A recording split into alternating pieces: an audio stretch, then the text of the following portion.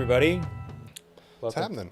Welcome to the IronTrap podcast with our special guest, Moondog. He was just about to fall asleep and then heard us start talking. You heard us start talking, and I have dog bones and things in my coat pocket, and he found them already with his nose, so he's going to be a pest.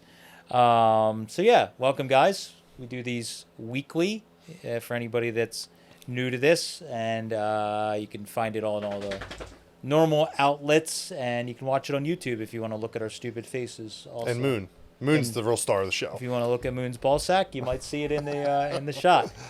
You got to pay extra for that. I start blurring it out all the time. More than a few seconds. OnlyFans for dogs. He's in demand. But so that's what's going on. Any news or?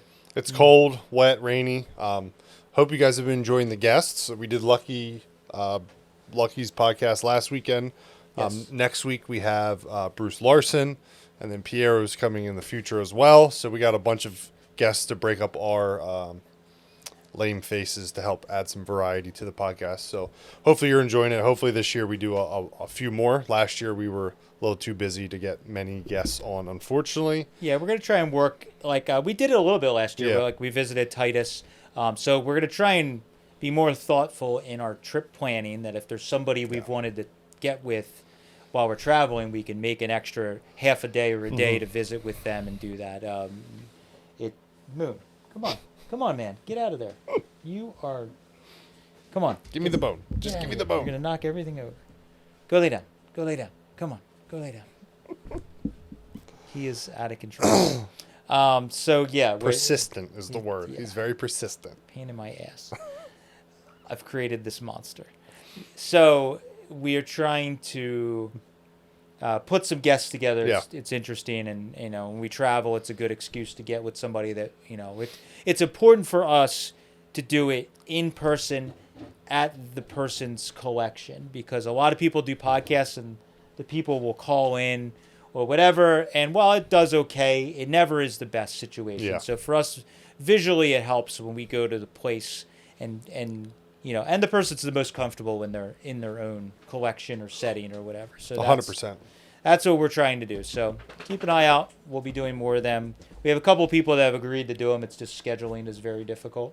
Oh, I got the head this time. So that's the hard part. So otherwise, for things coming up, we've talked about it a little bit already. In May, the Jalopy Showdown is coming back, Hot Rod Annual at Lattimore. So it's called Checkered Flag. I forget what they changed the name to, but I'll put the dates. It's the Showdown. Yeah. Fuck you guys. I don't know what it's called, but everybody still calls it the Showdown. For whatever purposes, they don't always say that anymore. But yeah. That's going on. There's a lot of cool events going on this year.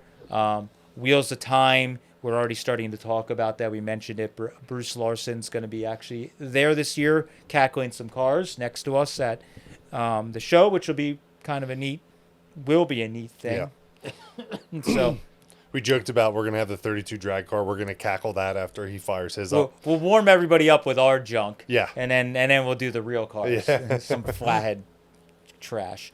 That'll be cool, but there's a handful of events. I'm already starting to put stuff on my calendars. I'm going to try and make it a point to hit a few things again this year, or more stuff if I'm possible. going to try and do some this year with my car. Some local stuff. Nothing too far. I can't drive that piece of junk too far. Yeah, so we're going to try and do that. So we'll talk about it once we get further along, but that's what's going on. Carlisle's coming up sooner than we know, mid-April. Yep.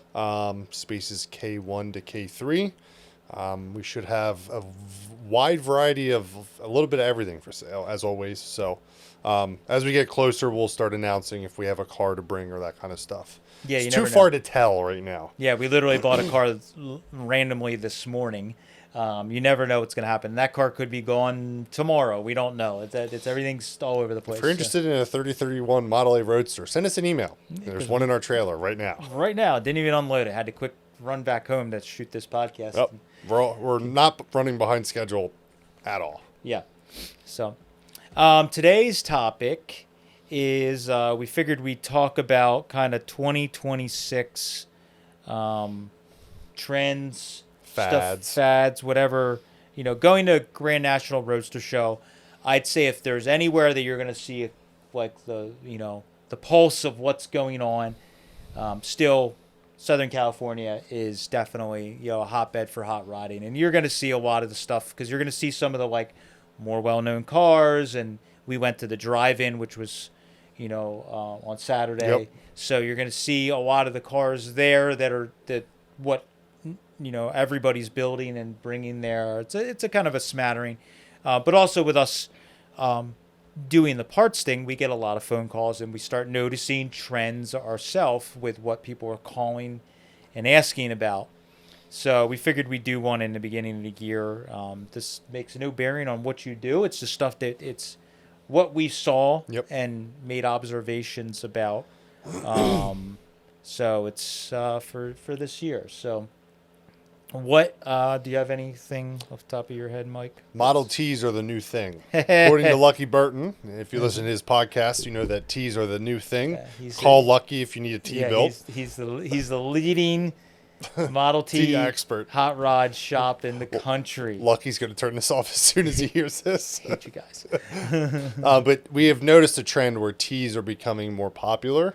I think they're. I don't think they've ever gone out of popularity. I just see a lot more people building them, and that could be because Model A's have gone up in price a little bit, and there's so many Ts out there that I feel like they're very, very affordable. Yeah, you could pretty much any dollar range that you want to spend, you can buy. I mean, I've seen Model T Roadsters that are $1,500. Yeah, you could buy a nice restored Model A Roadster, and that one at Hershey was like. Was it $9,000, $9,500 like that. Yeah, you can buy old restored. I don't know if I'd say nicely restored, but you could find something that has decent paint as a complete car for $10,000 and under very easily, and you can go all the way down into $1,000, $2,000 for a rough body. So I think with that, the other neat thing with Model Ts is there's so many ways to build them. Not that you can't everything else, but like you get into a 35.6. There's kind of a way that you They don't really look good with the fenders off. Yeah. Where a T, you could do it with fenders, without fenders, bob fenders, all that stuff. So many neat versions of those, and you could pick an era or pick a style or whatever and go from there. So it's neat seeing that. I think definitely the Piero and the Mad Fabricator, their Universe. Whole crew Yeah. have been heavy on the T's, all joking aside, Lucky as well helping them out, but like doing Tweety Pie and Harrison's got his sketchy T that he's driving around all over the place, so I feel like that thing pops up on the internet and photos all the time because it's got the heavy rake.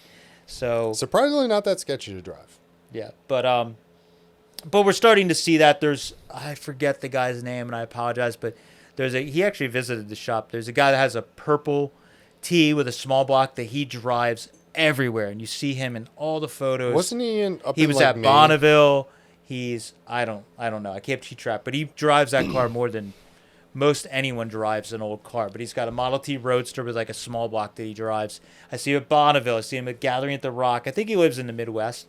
It's like a light purple colored, and he's driving it with no top all over the dang place. And it's like you're starting to see cars like that people are just putting together on a, if I remember when he visited the shop a while ago, he's like, I kind of just threw it together on a budget and just drives it. And it's nothing fancy. It's just a fun little hot rod. So it's I feel like parts for those are so easy to find too. Yeah. They made an insane amount of Model Ts. And there's not much, once you get the body, there's not much else that you like when you get into 32s or whatever. There's all these pieces and parts that you need to complete the car, or it looks stupid, Like, so if you're missing, I don't know, dash pieces, it's like they get expensive, or you need the garnish molding and all the stuff. It gets expensive. So like a T, it's like you do a T Roadster, it's like you get the tub.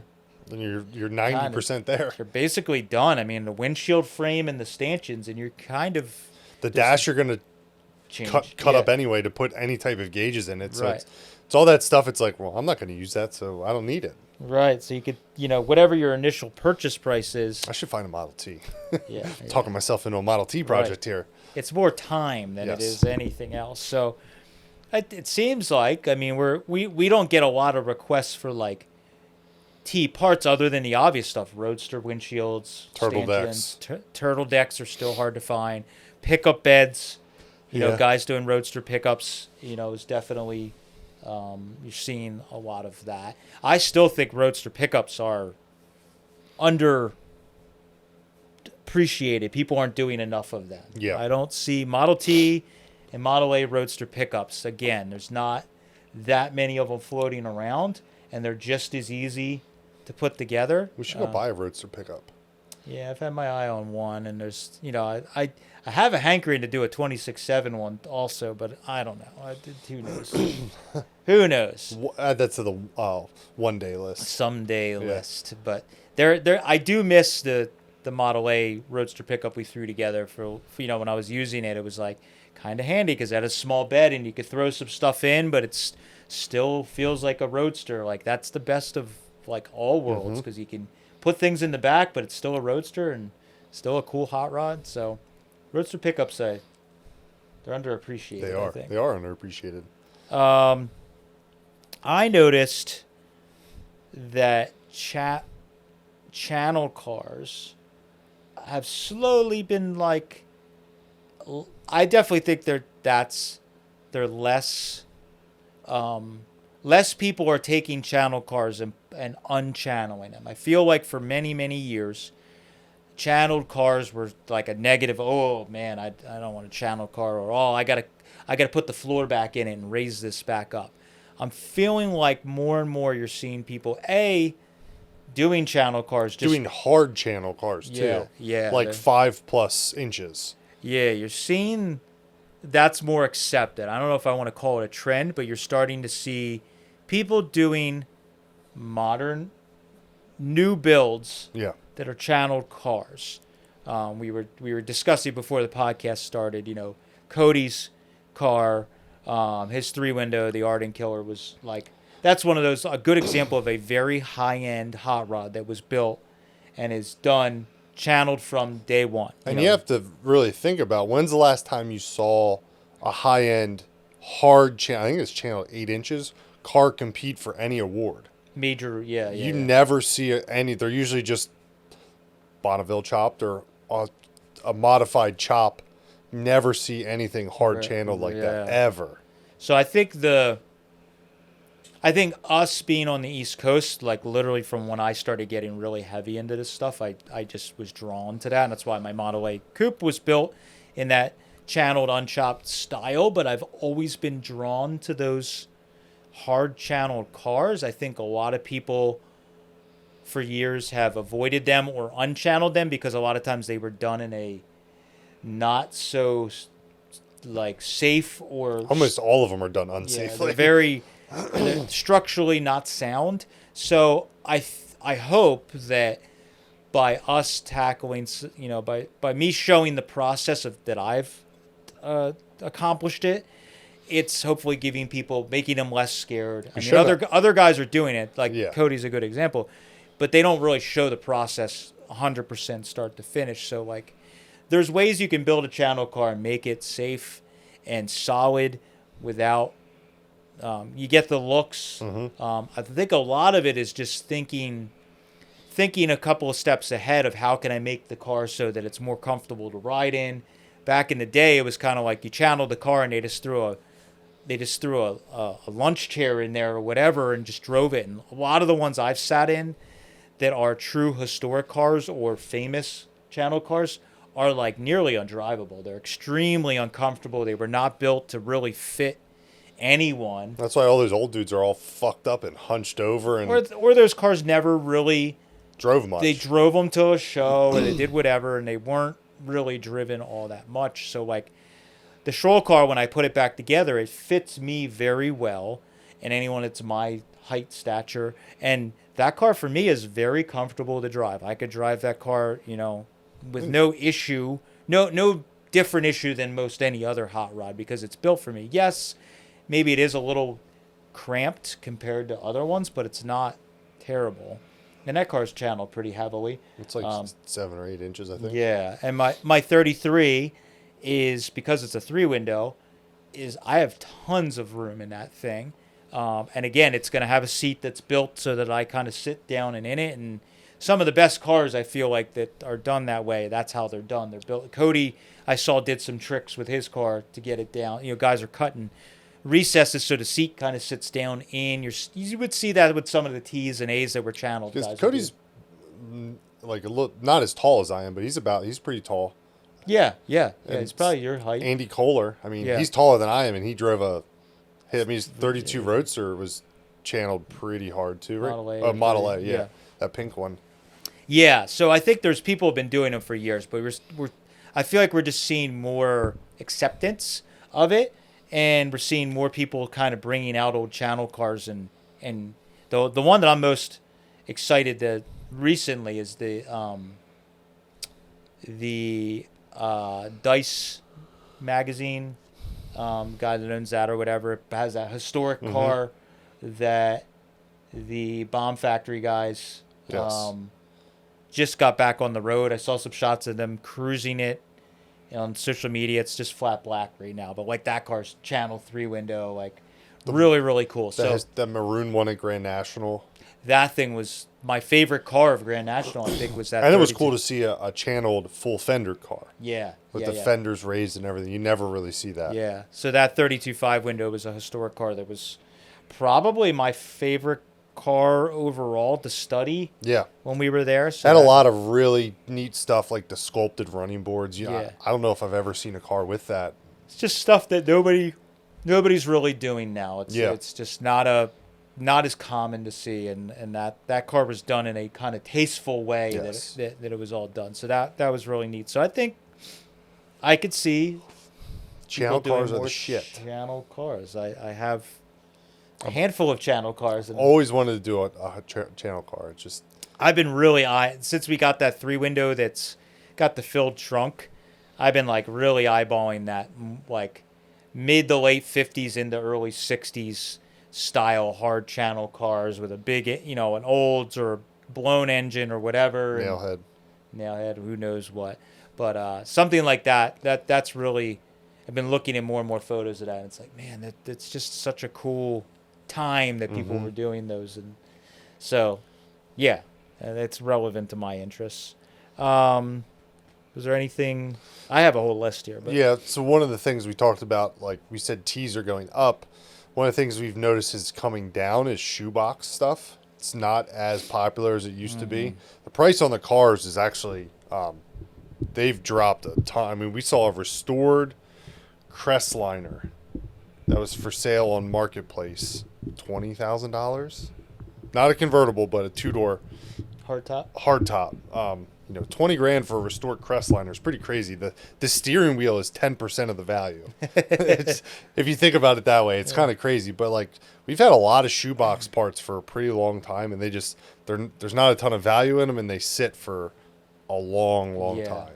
Yeah, I would like to see some people start building and customizing. I feel like in the 90s and early 2000s, they were like shit. Everyone was chopping them and modifying them, and I feel like they've not gone out of style, just not as popular. Yeah, seems like guys are doing a lot more of the earlier Mercs. Yeah, I would, and the same could be said about 49 to 51 Mercs. You do not see nearly as many people doing them. The cars have gone down considerably in value unless it's a famous car. They're all over the place. I think one of the things that's not great for a lot of those cars is a lot of those Mercs, 49 to 51s that were chopped in, say, the 70s, 80s, 90s, early 2000s.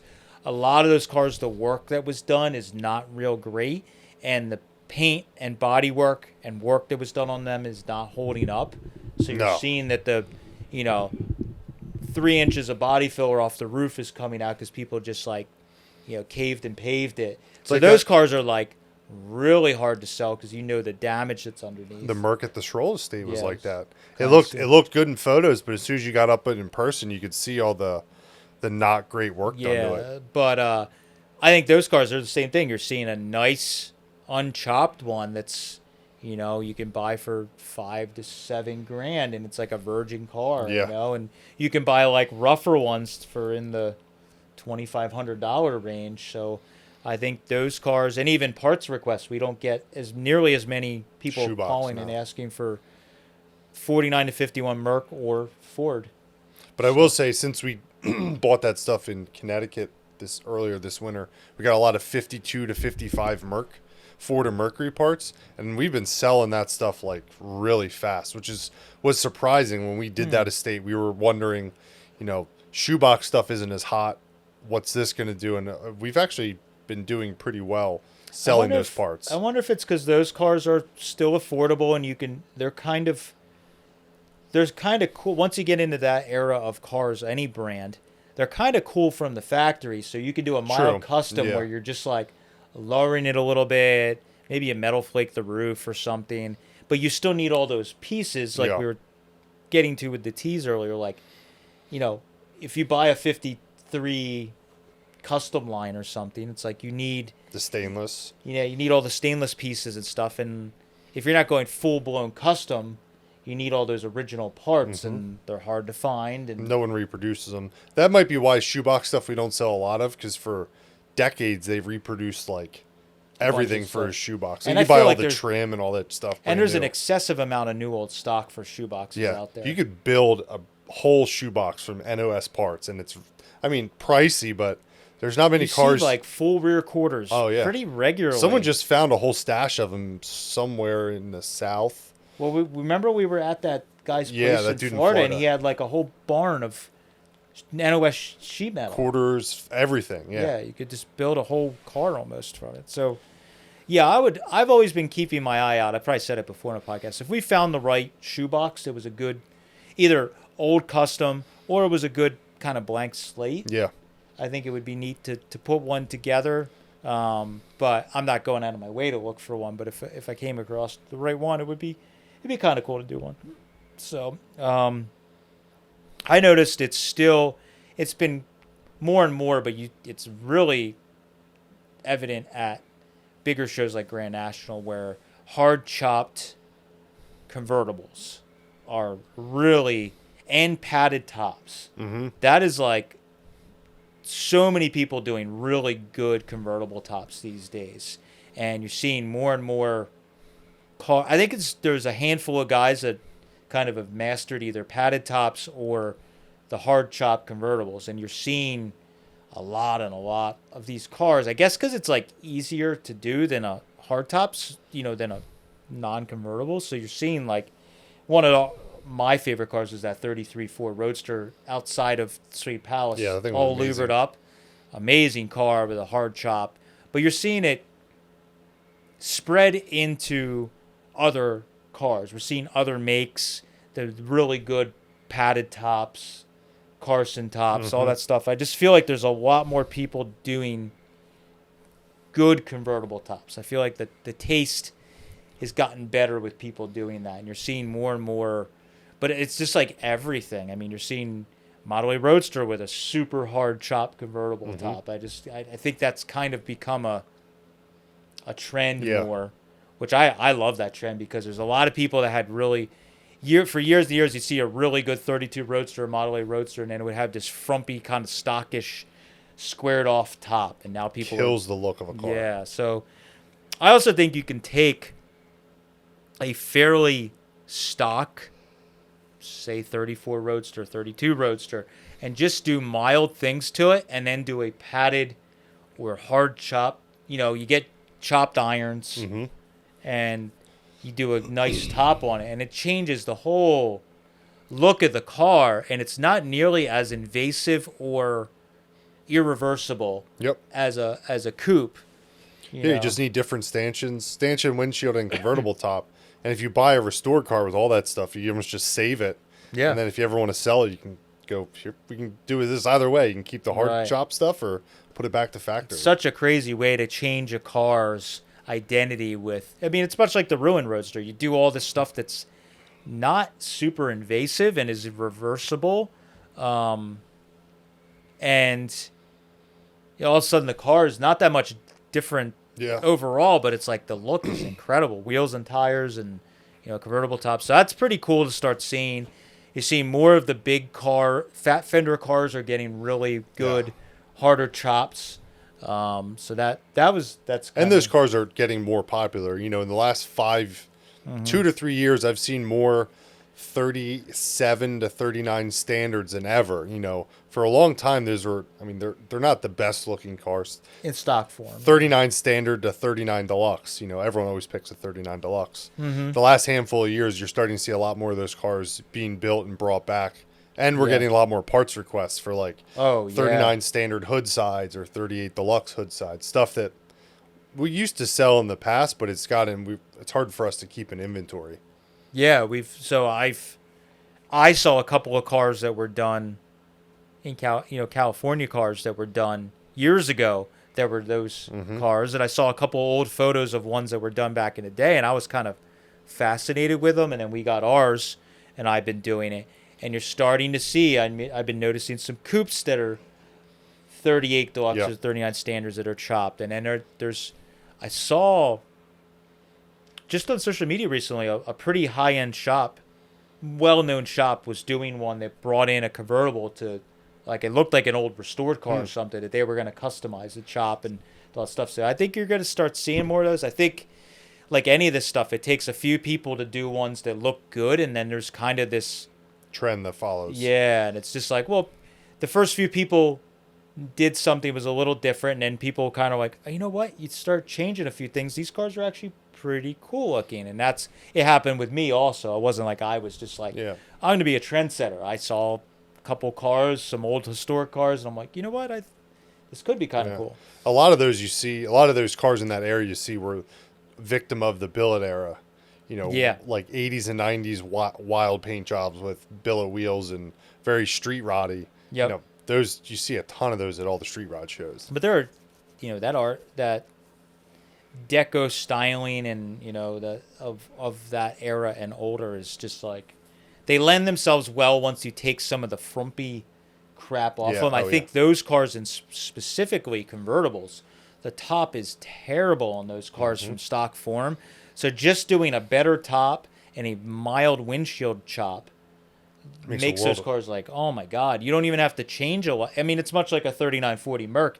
You chop the roof and leave the rest of the car stock, and it's subtly and lower it a little bit. It's a beautiful car. So I feel like the 38, 39s, like we're talking about, and 37s are the same way. Yeah. I feel like 37s are a little better, but the same thing with the convertibles.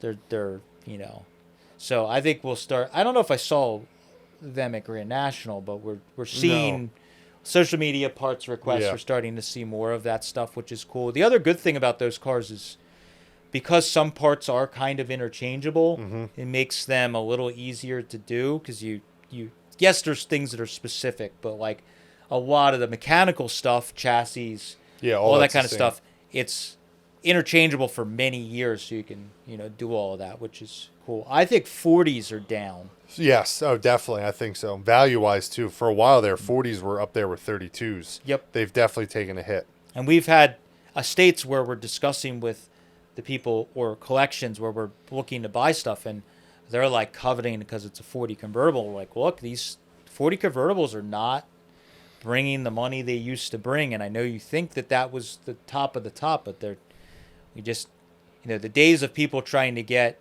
$60,000, $70,000, $80,000 for a 40 convertible is gone. I don't think you might see something in the 40 to 60 range if it's a really good car, but your average run-of-the-mill 40 convertible or old restored or survivor car, it's hard to get that kind of money. So I think there's just so many 40s out there. The market's kind of saturated. And the same thing, there's so much in reproduction out there. So I don't know, but I'd like to see more of these body styles or years that are oddballs. It's kind of fun to see people taking them and doing interesting things with them. Like 46.8. Yeah, they're definitely down, but seeing more. I haven't seen many of them hardly at all. But they have dropped to the point where they're almost cheaper than Model A's. That's crazy to say. Yeah. But yeah, you're kind of right. I mean, it's in the same dollar for dollar. You can buy a running, driving 46.8. There was a restored two-door sedan on Marketplace. Restored, running, driving, like super nice, $15,000. Wow. And you can buy a Model A Model A for similar money. Yeah. And it's, as far as drivability goes, that 46.8 is worlds ahead. Oh my God, yeah. And they're kind of the same money, so it's kind of crazy. 60s style stuff in general, we talked about before the podcast. The winner of America's Most Beautiful this year, I would call a 60s style Show build. rod, yeah, definitely. I don't know what they considered it. Maybe they'd say a late 50s, but I think I saw some interviews. They were going for a late 50s, early 60s inspired build. Yeah, so that car with, the paint that was done on it, the styling in general. We saw some cars with 60s style overall. Even the T's are seeing a bunch of kind of like the early T-bucket style coming back and more, and crazy paint jobs. And yeah, there was a lot of crazy paint jobs. The shop that built the car that won, they had a 34 two-door sedan that was like a drag car with like heavy bass boat metal flake, wild paint job. And that van they did was the same way. Very over the top, like 60s inspired colors. Melt your eyeballs in your face kind of stuff, which is really cool. We saw that with that St. Christopher, that 34 or 33, I forget which one. It has that real wild paint job on it too. Yep. Yeah, and that stuff's pushing the boundaries, but really, in the end, all that stuff isn't. It's just pushing what we're used to seeing. But like, if you just go back in history, there was a point in time in the 60s and 70s where that's what the best cars were doing, and now you're seeing people doing it, and people are like, no, that's ugly, that's whatever. It's I think it's been so everyone's been doing the same. I mean, Black 32 has been like, hey, what everyone is shooting for is a solid color, very basic color. 32 is kind of what's been in trend for a couple years. Yeah. So see guys doing these wild paint jobs, everyone's like, that's lame. No one's doing that. Yeah. It's refreshing to see something different. Yeah, I think I don't see myself wanting one or wanting to build one, but they're enjoyable to see just because they're so crazy, and the work and time that goes into painting one of those cars, all the steps, is really neat to look at. Sweetheart Road, so you're going to do something a little. I wasn't planning on doing anything that crazy. I was more doing a 50s, early 60s color. Inspired color, but more of a subdued show. You wouldn't do a car with a heavy metal flake? Doesn't do anything for me. To build or own, I don't feel like I need to get it out of my system. I like looking at them. I enjoy those cars as a spectator, but I don't see me, I don't know, seeing it all the way through. I guess it would be different if we found, like, for instance, that 3-window we found has some fogging or metal flake. So if I found a car like that we were going to redo because that's what it had, I'd probably do it. But the totally over the top, like you're talking about, I don't know. You got a very long list of cars you want to build. I'm surprised there isn't one with like a wild paint job like that. Nothing's inspired me to want to do one. I haven't seen one that's been like, but who knows? Once I get through some cars, I might, start looking. Heavy metal flake. Yeah, I don't know. I don't have a reason. I think the reason would be if we found a historic car, an old drag car, or something that I wanted to do because it's what it had. Now you said we were talking about stuff that's up, like for requests and values, parts wise. Did you write it down? I can't remember. You were saying 35.6. Oh, 35.6, yeah. 35.6 stuff has been increasingly popular. I feel like those cars, because 32 to 4s got so expensive, a lot of people shifted towards 35.6s because like 5 to 10 years ago, they were fairly affordable. Like prices for a 3-window 10 years ago were like $10,000 for a 3-window. Now, what's interesting with 35.6s is that there's such a heavy drop off with those. Like a Roadster and a 3-window are pretty strong. A 5-window, the price is like way, way cheaper and way less desirable. And then when you get into 2-door sedans, I think they made so many 2-door sedans. I mean, slantbacks. We've bought and cut up tons of them. Oh, we've cut up a lot. But there's so many of them that the prices are so affordable on those. Yeah. I mean, 2 doors, if someone sent us a message today and said, I have a 35.6 I'd like to sell you, or like we have a bunch to sell, I would put a hefty amount of money that it's a 2-door or 4-door sedan. Yep. Very rarely do you ever someone send us a message like, oh, it's a coupe. Like 90% of the time they're all 2-door. I mean, all the shit in Oklahoma, there wasn't a single coupe. True. They were all 2-door sedans. There was like 20 of them. Yeah, but still, even like a 5-window is so much more affordable than a 3-window. But they all kind of have the same parts. So it's interesting to me that the parts have gone up in value a bit. Yeah, even just sheet metal. Fenders, they Fenders all are use the expensive. Coupe Roadster. They all use the same rear fender. They've gotten they've shot up in value even just from when I started working for you, because we got a bunch in Pittsburgh. We sold a bunch for good money, and they've almost doubled since then, which is wild. Yeah, so that stuff is good. The accessory pieces for 35.6s are hard to find and coveted.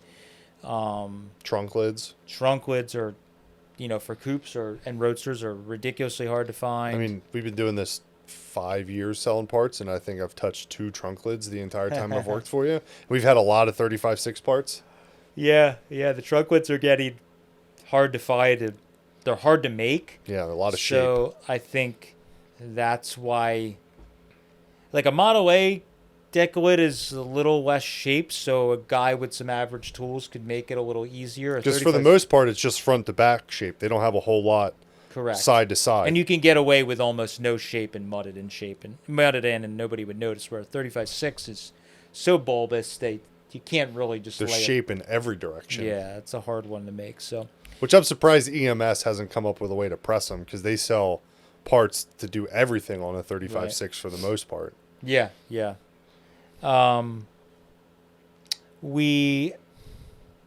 It seems like we talked about with the convertibles, hard chop stuff's popular, but the Bonneville chop on the coupes, I feel like, I don't know, maybe I still see people doing them, but I feel like it's definitely slowed down. It's eased a little bit.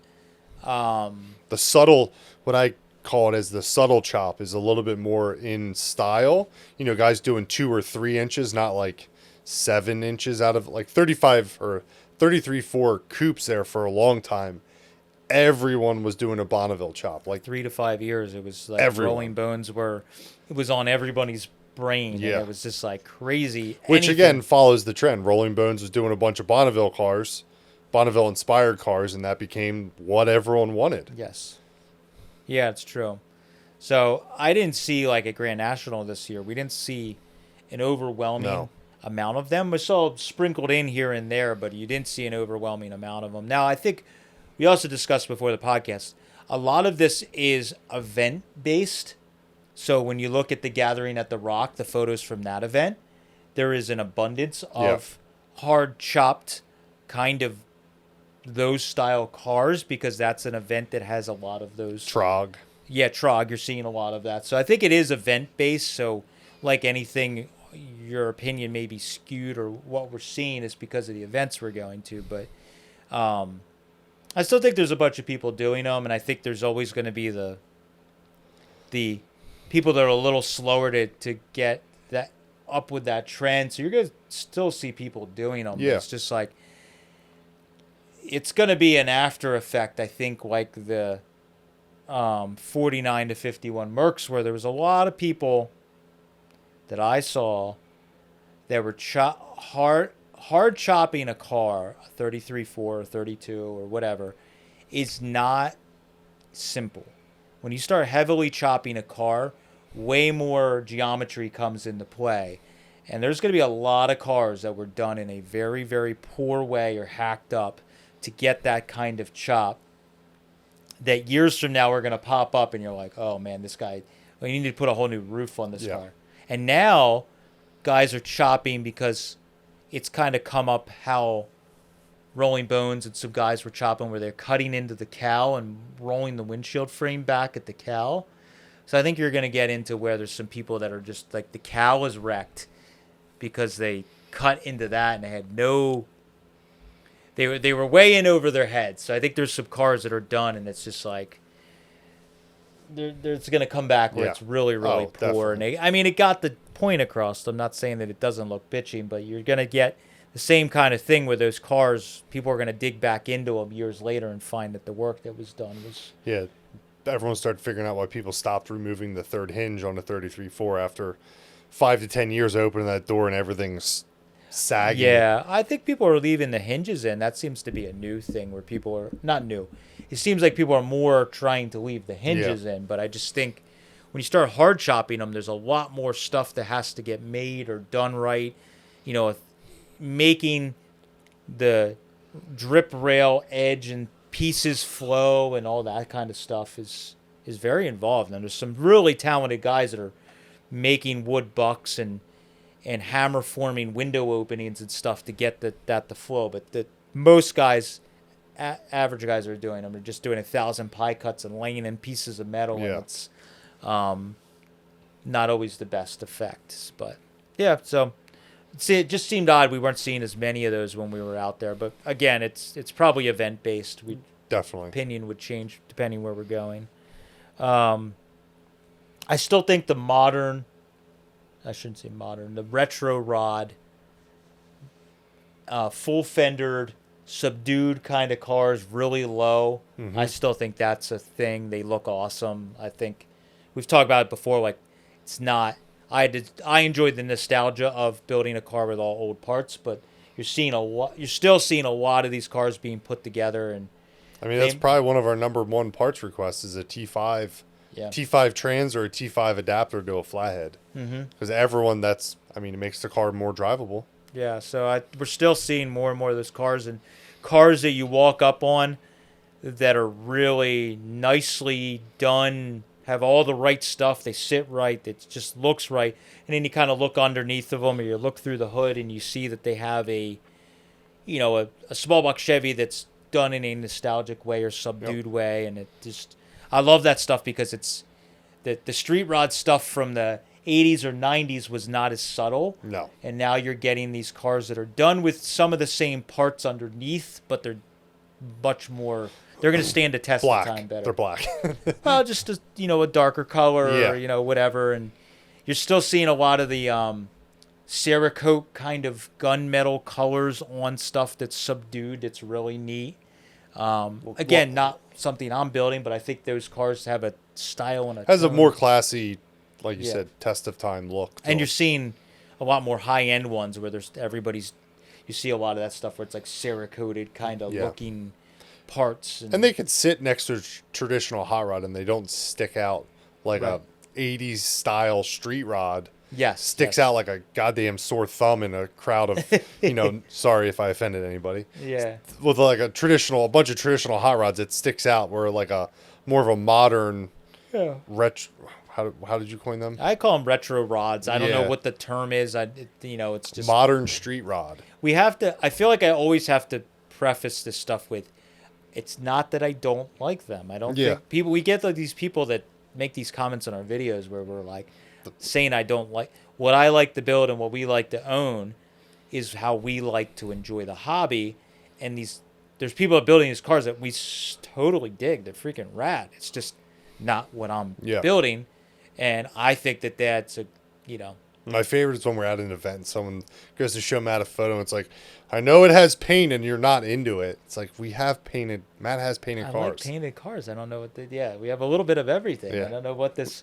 So now I got to paint a bunch of cars so that people can then say that I'm snooty. Yeah. And you don't, like you only like high-end stuff. You paint, so we no matter what we do, it's not right. It's never going to be right. But those types of cars, I think, are really cool. You're still seeing a lot of them. Definitely the higher end shops. Yeah. But the full fender thing seems to be. Yeah, we were discussing. There's a lot more people leaving. Like 33.4, at like Brizio had 3 or 4 of them in their booth, all full fendered. Yeah. Like 5 years ago, everyone was ripping 10 years ago, everyone was ripping the fenders off. Hardly anyone was building full fender cars, and it seems like it's becoming a little bit more. Yeah, especially with that certain look because I think with the full fendered, full hood, all that stuff, you can kind of hide some of that little more modern. Because I mean, even some of these cars are going as far as having a small block, and they have air conditioning, and it's got some kind of hidden air conditioning in the car that you wouldn't really see it. And with having the full hood and the fenders, you can hide a lot of that, and people don't notice it, and the car still presents as a nostalgic car. So I think that's why we're seeing so. But I like the 60s style full fendered kind of hot rod show rod look. I'm intrigued with that, and I talked about before that the 1T Roadster pickup that was at Lucky's party. Robert Ruiz. Yes, I'm so fucking fascinated with that thing, and I'm like, it'd be really cool to see more people building like molded full fendered stuff. That had a big bed on it too. Had a much normally when you see guys do Roadster pickups, it had like a normal full length bed. Yeah, on you it, always see everyone always cuts the bed down. So it's neat to see like a full size bed on it with fenders and everything. I love that truck. So I just more Tony Thacker's 26.7 Roadster. I think it's a Survivor car. It is a Survivor car that we saw a handful of years ago at Grand National. That thing is like I can't get out of my head. It was like somebody took a 26.7 T Roadster and took a 32 Roadster and it was smashed or whatever, took the body off, and they put that's right, yeah. The T Roadster body on top, and it's got like 32 fenders, 32 grill that's kind of moved, and then they made these like roll pans, and I think it even had the 32 gas tank. It was like, it sounds like it shouldn't work, but when you saw the car, it all worked so well, and was like, gave this really cool custom. It almost looked like it was like the car was super sectioned and bobbed. Is that the one that's yellow? It's white. It's like it's like a it's like an off-white or faded white. It's a patina type car, but like that car a T done in this like different kind of weird, and I'm like, but full fender. I'm like, all of a sudden I'm like fascinated. I'm like, hood, full fenders, or hood top. I'm like, because Model T fenders aren't the most flowy. Yeah, they don't really. They flow, but they're kind of very. Yeah, so putting Model A fenders on a T is kind of a cool look, or whatever. So that's not a bad idea. Yeah, it's kind of like you could put 30-31 fenders on a 26.7. And because the 26.7 fits on an A chassis pretty easily. Yeah, so there's a way you can kind of do all that, and it's kind of a neat way. So I'm fascinated with the full fendered 60s kind of look. Is kind of a neat look, and I think it might be something we'll see more of. I don't know. Or it's just that I'm hyper-focused on because I'm fascinated with it. That Riley engine, you want to put it in a 26.7. We got to find an A chassis, full fendered. I think that engine's more of like a war era, pre-war kind of cars. With the era of the engine that I wouldn't do that. But I see those cars with... The ones we're talking about is more like either a flathead V8 or an early... a lot of those cars that I'm looking in the old magazines...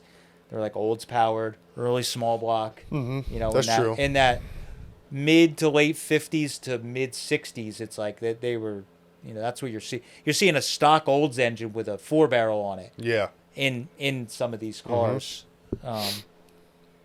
The other thing we're seeing a lot of, I've been noticing more and more, is the kind of retro funky interiors. Diner interior. Yeah, that's a good way to put it. Yeah, we've hinted at before, but we're seeing more high-end cars that are getting these.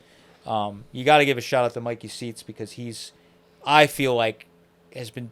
There's other guys I'm sure have been doing it, but he's been doing a bunch of cars for years now that kind of like created I'd say a lot of his interiors have created a trend. He's been pushing that style and all of his. And I don't even know how to describe it effectively, but it's like. The inserts of the seats are some kind of funky pattern. Maybe it's an accessory GM color pattern. It like sometimes when you see the fabric on its own, it's like something would be on like grandma's couch or something or whatever, and you're like, I don't know. He's taking like a tacky 50s diner, but making it tasteful. Yeah, It's like you ever go to a diner, you look at the seats, you're like, it looks like terrible, but the way he ties that in with normal fabric. Makes it subdued and not as like shouting at you. Yeah, button tufts and sculpting, and so you're seeing more of that in some of these show cars or these high end cars. You're seeing that's that's done, and I think it's. I mean, there's probably people that were doing a similar thing back in the day, but I feel like been a modern, retro kind of take on it. And some of that stuff was offered in like 50s, mid to late 50s cars as like an accessory or an That's option. what I've been noticing. Like some of the wagons, you see like the higher end wagons, they had like this real wild interior color option. Yeah, they got like tinsel in it. You're seeing the tinsel carpets and stuff. And again, people have done it years ago. People were doing the tinsel carpet and finding the fabric, but now you're starting to see, like, I feel like more show cars and high end cars. You're starting to see more of those cars having that stuff, and it's becoming a popular thing to do, and I love it. I can't wait for the comments on this. This guy's been doing this for 100 years. Oh, how dare you? Yeah. I don't know. All I know is we're just mentioning people that I saw and became aware of, and if there's a better person or somebody's been doing it before, you can comment below and call us an idiot. Yes, we are just two idiots sitting on a couch. Yeah, talking, and you're a bigger idiot because you're listening to us. Keep watching, though. Thank you. We appreciate it. And one of the last things I think we were going to touch on was, I think more so now than ever, I shouldn't even say historic, real deal old hot rods customs are being coveted and brought back to how they were built or close to it. Mm-hmm. And I think for many years, even until the last 5 to 10 years, people have been doing it, but it's only been famous cars. So of course, people were putting the piercing coupe, cars like that. Yes, the people understood the significance of being restored. Now I feel like it's trickled down to, we're seeing people that are just taking. I mean, we're doing it too. Like a car that wasn't it was just a hometown hot rod, as we call it. It's like the local guy in your little town that was the king shit. The Stroll Coupe's a perfect example of that. Not done that well, but it's the real deal. And then people were taking them and doing them with roughly how the car was done. And I've been doing it for forever. I mean, I've always liked doing stuff that way, where you're putting yourself in the shoes of the person that might have built it. Yeah. Keeping the overall silhouette of the car. And you're seeing now a lot more cars where people are finding them, even the cars that aren't even as wild. Like the Stroll car was pretty heavily modified, so like that car, but now you're seeing the ones where it's like maybe it's very lightly modified, and the people are keeping that theme, which I love, that people are keeping the silhouette of the car, keeping the identity of the car, and also finding the history. Yeah, I feel like that's a lot more not popular, but there's a lot more people taking the time to track down the history of the car. To the point of, like, sometimes people are on social media are like not making fun of the person, just being rude, because they'll be posting a photo and it's like, my dad had a red, Model A with a 283 in 1964, and it had these wheels on it. Does anybody know what happened to it? He sold it in Kansas in 72, and they're like, well, there was 1,000 Corvette red, whatever. So, like, even to the point of maybe not even their father, people are posting a photo of a car. Does anyone know this car? And it's like a Model A Roadster that's all roached out with Pontiac taillights. And you're like, well, they all had, like, yeah, it's hard to tell that. But I love that, because people are taking the time to slow down, try and find the history, and at least embrace what the car was. And that goes back to people not taking channel cars and just immediately unchannel them. They're like, well, maybe I should look into what the history of the car was, or how it was built, or whatever. We always discuss how many of the street rod cars from the 80s, 70s, and probably more 80s, how many like historic cars were lost to that trend. Maybe not historic, but like really killer hot rods were turned into gaudy 80s street rods. And we've come across cars. There's one in particular I went to look at a bunch of stuff years ago with a friend of mine. We bought a bunch of stuff, and the guy had a 32.3 window that apparently, like, I went to look at it. I was there, and I was like, it's full fendered, had like flames. It was kind of like a 80s 90s style, but not totally ugly. I was looking at him like, is that thing sectioned? And he's like, yeah, actually it was. It was done by some California shop, like Valley, something like Valley Custom. And he's like, yeah, I bought it out of California, and it was like sectioned by them back in the 50s. I'm like, dude, this is a 32 3-window. It was sectioned by Valley Custom back in the day. And then somebody, 70s, 80s, 90s, whatever, repainted it, redid it, but it had all the lines, and you could see something was different, but very much a Valley Custom car where it's like subtle how they did it. And I'm like, man, that thing's so amazing. So like to find that car, a photo of it, even though it had nice paint and was a done car, it would be cool to like redo it how it was done. And underneath of all that, it's going to have the original, the silhouettes there, so you could take I always it back. think about that cabriolet in Pittsburgh too. Oh yeah. Was that 36 cabriolet or was it 34? 36. It was a 36 Cabriolet. It was sectioned. The fenders were raised. It was full fendered. Maybe channeled too. But it was on like a newer chat, or it was bagged or something now. It was original chassis, but it was bagged with a Mustang 2 in the front. That's right, yeah. But it had like a 55.6 T-Bird dash molded in. Yeah. It had a bunch of stuff done that was like, this was done back in the day, and then somebody redid it and bagged it Mustang 2, did some modern-y stuff, but the main pieces were there. Had a great look to it. Like, yeah, and it would have been like, it had a black top, which didn't, suit it real well. It was a black car, but like that car, you put a straight axle back under it, make it more of a custom. Yeah. It was pointed the wrong way, and that thing would have been phenomenal. And it's like, it kind of shame to take a nice car and undo it, but I think there's a lot of those cars out there that we're going to start seeing people find and sand the paint or redo and take back the I mean, a bunch of them got turned into restored cars too. I mean, the ruined Roadster was a 32 Roadster hot rod, and some asshole restored it. Yes, ruined it. The shitty restoration guys turned it back into a stupid original car. Stupid. Yeah, we're just full circle. We're just talking shit on everybody. Yeah, we're dramatic. We're idiots. They're idiots. We're all idiots. We're all idiots in our different niche of the hobby. But I think it's neat to see more and more people definitely are taking the time to seek out old hot rods, hometown hot rods, and fix them up how they were done, or embrace the quirkiness of them. I think what is happening, though, is people sometimes get those cars and they start straying from what it was, and they change it so much. Like, they start out with, like, I got this old hot rod, and I'm going to keep it kind of how it was. And then next thing you know, they're, like, straying, and the Mustang 2's going on and all the stuff. You're like, that's not what that car was. You should have started with a different car and just made it like they make it. So if you're buying a historic car and you're going to keep it historic, I think sometimes people still are losing their way in like any trend. Yeah. They're trying to keep the old school hot rod or the patina look, but then they change everything about, like, the quirkiness of the car is what makes it a real deal old hot rod. And there's a lot of stuff where we've had cars where I'm just like, I don't know, I don't love that, but like, it's part of what makes that car so unique, and that's why you keep some of that stuff. The 32 drag car we're doing, there's some stuff on it that I'm like, I don't love how they did this or did that, but I'm like, you know what? It's how it was.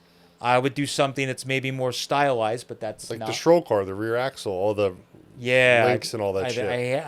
I hated it, and I wanted to redo it, and I'm like, I don't know. And even to this day, I'm like, oh man, I'd love to put maybe a better rear in the car, and it's just like, but that changes the soul of the car. Yeah. Once you get rid of all that handmade and quirky one-off stuff. It's all hilarious because you can't really see any of that shit on that car. It's all buried underneath because it's channeled so hard. Yeah, it's all what makes me warm and fuzzy. Yeah. But that's the stuff when I walk up on a car that was either redone or found, and all that quirky one-off stuff that makes that car one of one. I think is the allure of all of this historic stuff and the old school hot rods that, for me, is the part that's so exciting. And it's hard to watch when you see somebody take a car like that and then they cut all that stuff off and totally just change the identity and turn it back into a kind of cookie cutter high rod. Mm-hmm. And it's like, you probably could have bought a stockish car. And there's a lot of restoration guys that feel the same way about us. So. I know. But It's all full circle. We all hate Yeah. someone. I don't hate. I I just know. but I like the trend that I'm noticing and Yeah. we're seeing. That's really cool. Is so many more people are. I think the power of social media has Yes. helped that because it's easier to connect with people all over the place. Back in the day, it was just no one in your town knew about it, it was hard to find out information elsewhere. Now you Yeah. just post it on a Facebook group and it gets blasted to 100 million people in an instant. Yeah, and I love that there's now one large voice where you see on the Ham or some of the Facebook groups, you'll see somebody that maybe has grandpa or dad's old hot rod, or they bought this hot rod and they're maybe they post up about it excited and they're like, yeah, I think I'm gonna pull this stuff off of it and I'm gonna put an LS in it and they start talking about whatever, or I'm gonna change it to what I want to do, and then you're like, everybody as one voice is like, stop, slow down, maybe you should think about preserving what the car was. And I've seen instances where people, the original person has the car like flip-flop. Not that everybody's trying to buy it from them. Everybody's just like, slow down, try and just think about what We you're know doing. you're excited, but just take a breath for a second and really think. Yeah, and that's our friend who has the drag car, and why is my brain Rick? Oh yeah, Our friend and good customer and friend Rick, now friend Rick. I met Rick originally because he bought two old hot rods yep. out of an estate that I knew of the cars. I was actually offered them and I just never got around to buying them. He bought them, hit me up, and he had no clue about the traditional stuff and the retro nostalgic stuff. And I was like kind of rude with him and was like, don't fuck these cars up. Like I was literally like, don't be an idiot and fuck these cars up. And I was like, just think about what you're going to do. And like, just because the one was like, he hasn't built the one. The one's the 32 or Model A 32 Chevy or whatever, but I forget. Yes, the it's like Roadster, or it's a coupe, or someone cut the roof off of, right? Yeah, I can't remember. Because the coupe he drives. That's when he races. The coupe he drives, but the other one, yeah, I can't remember. But they were both old hot rods, and they were like, man, you should really. And then, he stepped back, took a minute, and then he kind of started doing them, thinking about what the cars were, and now he's totally infected and into the stuff. Like he's ruined crazy, forever. Ruined forever, and it's so awesome. But like, there's one voice. In that instance, I was the only voice. I was just being a dick, and luckily, you're a very loud voice sometimes when you have. Luckily, Rick wasn't offended, and he's it's awesome. But you're seeing that on social media where people are like, stop, think about what you're doing, search the history a little bit, and like, it's really cool. And now you're seeing a lot of collectively as a community, people are getting together trying to find the history of a car. Mm-hmm. People that don't even own the car, they're just fascinated. They saw it sell at an auction, and then people are talking amongst each other, sleuthing and trying to find photos and stuff like that. The 3-window that we got, it was the same thing. Like, we're getting people sending photos like, is this the car? Is that it? And it's It like, happened to DeLorean Roadster. Yeah. We were getting photos of every 32 with a louvered hood for like a year. Anytime they'd be in the back of a photo, we'd get a photo. And it's like, no, it's not quite right, but it's close. Yeah, so it's great because collectively as a community, everybody's trying to find the history of these cars to help save them or find out what they were and connect them with the past of the car. And the storytelling and the authenticity of a real deal old hot rod that's redone or preserved how it was. Maybe just, like some people, and we're doing also, like, you tweak a few little things if you plan to actually drive the car to make it a little more safe. Maybe you extra welds on the brackets so they're not going to fall off, or put actual tie rod ends on the end of the brackets instead of nothing. Yeah, so like some of that stuff, but like those are little things that you can do that are hidden and makes the car more safe, and build a floor that is structurally sound to the car so it's not going to just fall off the chassis, like some of that stuff, but it's all hidden, you can't see it. The silhouette and the soul of the car is still what it was, so that's really cool, and it does kind of fit the theme of what we're all about. So I hope that trend continues and more of that's happening, and That's my TED Talk for Yes. today. Thank you for joining us. For a TED Talk. But thank you guys. If there's any trends or things that you're noticing, as always on our YouTube version of the podcast, you can watch and comment. And there's always some great comments and discussion. So if you guys see if there's a trend or something like that you're seeing, we would love to Leave a comment. Hear your take on Yes. what's happening. Yeah. What's going on? And stay tuned for next week. Bruce Larson is our guest. Yes. We did a great podcast with him. I'm very excited Fantastic. for everyone to hear that. He's it. He's my hero. Yeah. He's my new hero. Dude. I mean, he was always a legend, but after talking to him, he's Pretty wise. 88 and has a very good memory of his early hot rodding days, which was really wild to be able to just sit and listen to him talk and like recount stuff like it was a couple years ago, and it's pretty long ago. and he started off with a 32 Ford, Yeah. and he's never worked. I don't want to say a real job, but he never had to work a shitty job. Yeah. He just started right out of like a Ford dealership Yeah. or whatever. So like Living the dream. coolest MFer and he Yes. just went from there. So And he likes going fast, which is always cool. Yeah, super cool. Yes. So I hope you guys enjoyed. It was really fun. Oh, if you're listening, head to YouTube today. We actually did a tour of his personal collection and showed some of the stuff and talked about some of the items he has around the building.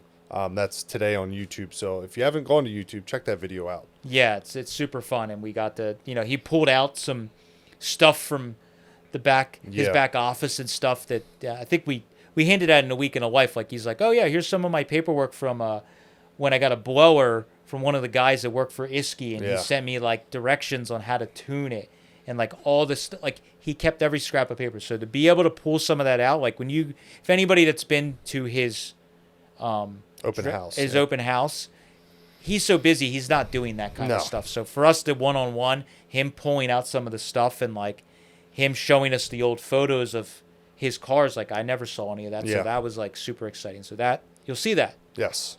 It's awesome. Watch it. Comment. Thanks It's great. for watching, everyone. We'll see you guys next week. Catch you next time. See you.